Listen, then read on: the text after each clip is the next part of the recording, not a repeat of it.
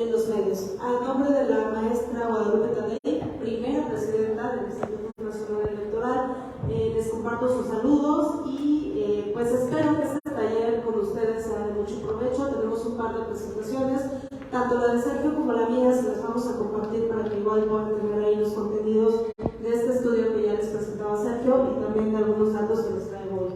A mí me gusta mucho más que solo yo hablar, que también haya un diálogo con ustedes. Entonces les traigo un par de ejemplos de lo que hemos encontrado en otros procesos electorales, de casos de violencia política y casos que no son violencia política, porque hay que decirlo, no todo es violencia política. Los medios de comunicación también pueden ejercer el periodismo de manera libre, siempre y cuando pues no tengamos en estos estereotipos de género que todavía hay. Entonces, a lo largo de la presentación, pues me gustaría mucho que ustedes también fueran aportando qué les parece, qué consideran de estos casos.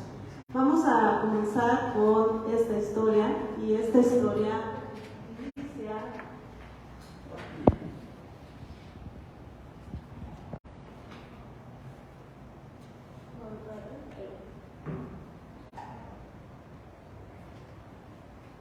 sería con el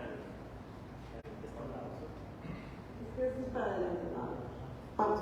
Ahí está. Y para atrás. igual si con el curso. Creo que ya me salí. Ya me descompuse, perdón. Ahí va, a ver.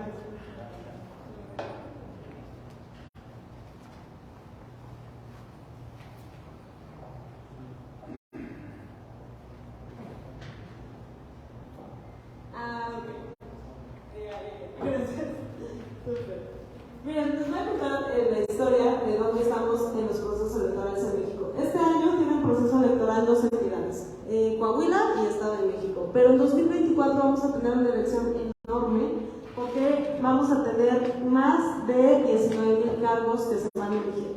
Entre esos va a haber 9 gubernaturas, Chiapas, Ciudad de México, Guanajuato, Jalisco, Morelos, Puebla, Tabasco, Veracruz y Yucatán. Van a tener que elegir gobernadora o gobernador del estado. Va a haber las 500 diputaciones federales, las 128 senadurías que tenemos, y en lo local, pues ahí también vamos a tener un montón de cargos. También estas se las voy a compartir para que ustedes lo tengan, porque van a tener un montón de trabajo para cubrir estas elecciones que van a ser históricas, porque además pues la paridad en lo local ya llegó y ya no se va a ir. Entonces van a tener seguramente muchas candidatas a las presidencias municipales, muchas candidatas regidoras, muchas candidatas al Congreso local. Entonces esto es importante también que lo tengamos en consideración de qué viene para 2024. Y en este contexto, pues lo que tenemos es que en 2019 en México se aprobó una reforma muy importante, conocida como paridad en todo, que es gracias a esta reforma donde hemos logrado avances importantes de presencia de mujeres donde antes no había mujeres. Es gracias también a esta reforma que el INE ahorita tiene su primera mujer como presidenta del instituto. Las primeras gobernadoras llegaron también por esta reforma, ¿no? Por la paridad en todo, porque antes pues no había gobernadoras del estado. En toda nuestra historia como país habíamos tenido 8 gobernadoras y ahorita están en el cargo 9. Entonces el avance ha sido muy importante porque también se definió que en los sistemas normativos indígenas, aquellos ayuntamientos que eligen autoridades por sus propios usos y costumbres, pues deberían de participar las mujeres. Esta autonomía que tienen los pueblos indígenas no puede traducirse en limitar los derechos de las mujeres. Entonces, esta es una reforma fundamental que tenemos en México. Y otra gran reforma que se aprobó fue la del 2020 en materia de violencia política contra las mujeres en razón de género.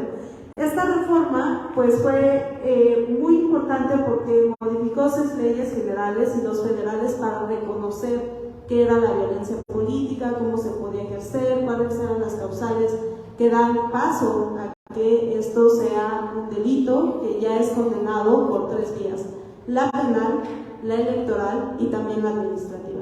Entonces es muy importante que ustedes como medios de comunicación sepan que esto ha sido uno de los grandes retos que tenemos en México, porque, ahí está, pues antes, a pesar de que había violencia política, no había un marco legal que te dijera cómo sancionar solucionarla. Siempre había el hecho de que las mujeres no pudiéramos votar hasta 1953 era violencia política, porque no se reconocían nuestros derechos políticos y electorales. Entonces ahora México es de los pocos países que tiene una ley en ese sentido. El primer país que aprobó una ley de violencia política fue Bolivia, después de que asesinaran a una concejala. La ACOBOL, que es la Asociación de Concejalas de Bolivia, se puso de acuerdo, llevó el tema al Congreso y aprobaron esta legislación para que se pudiera reconocer la violencia política como un delito. ¿Qué ha pasado a partir de entonces? Pues que la primera foto es una foto de CONAGO de 2019, donde solamente teníamos dos gobernadores, ¿no? Las dos Claudias, la Claudia de la Ciudad de México y la Claudia de Sonora. Y a partir de esta reforma de paridad en todo lo que vemos, pues esta es la foto de CONAGO de 2023, donde ya vemos mucho más presencia de mujeres ahí también en los estados, que era uno de los techos de cristal que había, porque las gubernaturas estaban designadas históricamente para candidaturas de los hombres. Entonces, este avance de las mujeres, desafortunadamente, también se ha traducido en que haya violencia política. Si ustedes quieren saber cuál es la definición de violencia política contra las mujeres en razón de género, esta definición está en la Ley General de Acceso de las Mujeres a una Vida Libre de Violencia. No se las voy a leer, porque la verdad es que es muy amplio el concepto, pero sí me parece relevante que ustedes sepan de qué va. ¿Qué es lo que dice ahí? La violencia política contra las mujeres en razón de género es toda acción u omisión que tenga por objeto o resultado menoscabar los derechos políticos de las mujeres. ¿Cuáles son los derechos políticos? El derecho a ser candidata, el derecho a votar, el derecho a ejercer un cargo público, el derecho a ser precandidata, militante de un partido político. Entonces, cada uno de estos aspectos tiene que ver también con un hecho que se llama violencia política en razón de género. ¿Por qué lo pusieron en razón de género? Porque tiene que ver con realidades que nos atraviesan a las mujeres, dado esta discriminación histórica que ya nos comentaba también la presidenta del instituto. Como históricamente, pues las mujeres no hemos participado en la política, y eso ha hecho que también nuestros derechos políticos y electorales todavía cuesta mucho trabajo que sean reconocidos.